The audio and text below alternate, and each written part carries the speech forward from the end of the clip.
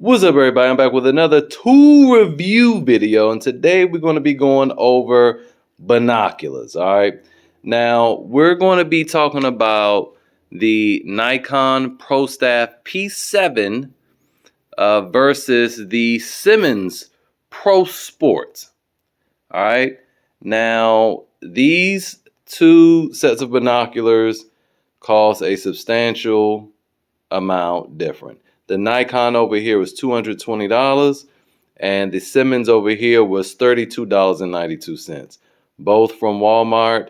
And what I hope to accomplish with this video is for you to know whether you should spring for the extra almost $200 over these Pro Sports here, or maybe you just go find something else. So anyway, let's go ahead and get on with the video. First of all, let's just talk about what each kit comes with. The Nikon comes with this strap, nylon strap here, skinny strap. It comes with the binoculars, of course, and it comes with this case that it's pretty nice. It's very cushiony. It's hard to explain, but it's very cushiony, and it's rigid for its material. Now, the Simmons over here comes with a moderately padded neck strap here. Comes with the binoculars themselves, and also comes with another carrying case that has a strap, unlike the Nikon. But as you can see, this case is not as cushioned at all, and it's a little, flimsy. But also could be the size, but probably not. It's just this is much better made. Now, for the price, I will say I'm surprised that the Nikon did not come with a padded strap.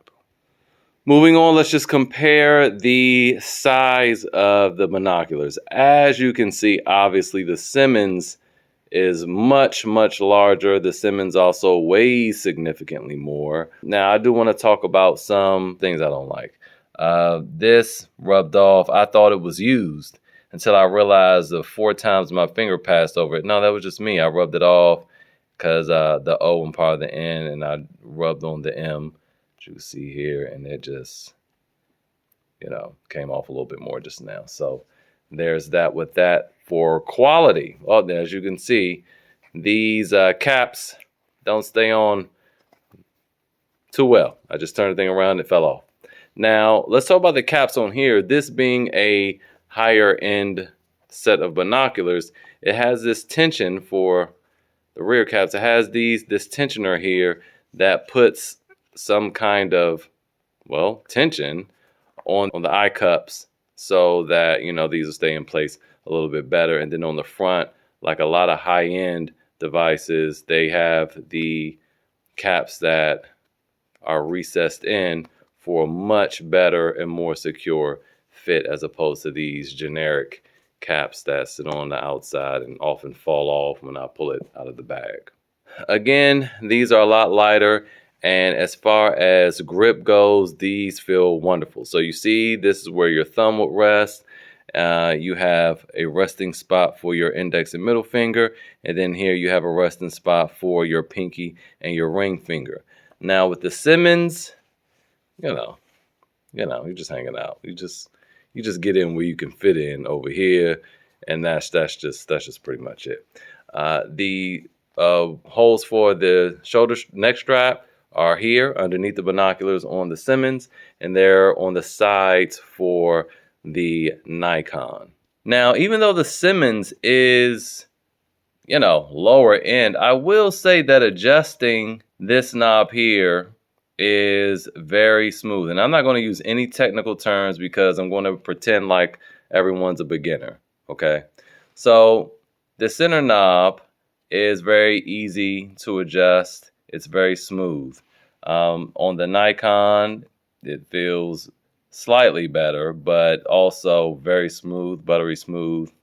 Not too much different than the Simmons. The Simmons might be a little tougher to move than the Nikon.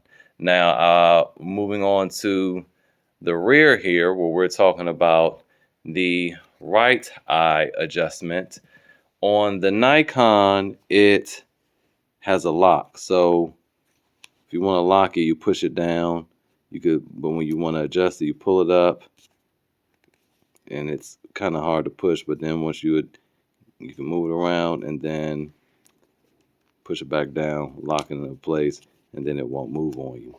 On the Simmons, there is no such lock, and you just twist. A lot easier to twist too, if you notice that. All right, and you can see it going up and down there. As for the eye cup adjustment, you can already see that they're protruding out on the Nikon. You can just simply turn it and it locks and clicks into place as you hit your different stops. On the Simmons, there is no such adjustment. You just can fold the eye cups down like so. Very ghetto. There you have it. And this is for people with glasses, clearly, because why would you do that? Now, finally, let's talk about clarity of the image. So, again, this is a 10 by 42, and this is a 10 by 50. For those that don't know, that basically means that this will allow you to see more things. So items that are closer to you are going to be more in focus, obviously, when you adjust, than the Simmons can handle. So the Simmons will not be able to see things as close to you as the Nikon, but they both will be able to see items just as far. That's what that 10 is for. The 10, the first number is for distance, and the second number is for things that are closer to you. Okay, so the Nikon has a much wider range than the Simmons. I won't say much wider, but it is a wider range than the Simmons. Now, for things that these both can see, starting at 50 millimeters, it ain't a difference. I'm gonna just tell you that straight up. If it's a difference, it's very slight. So right now, I'll play some footage for you. Obviously, it's hard to capture through the cell phone, and in real life, you were able to read like that sign that I'm going to show you. But as you can see, they both are pretty much the same.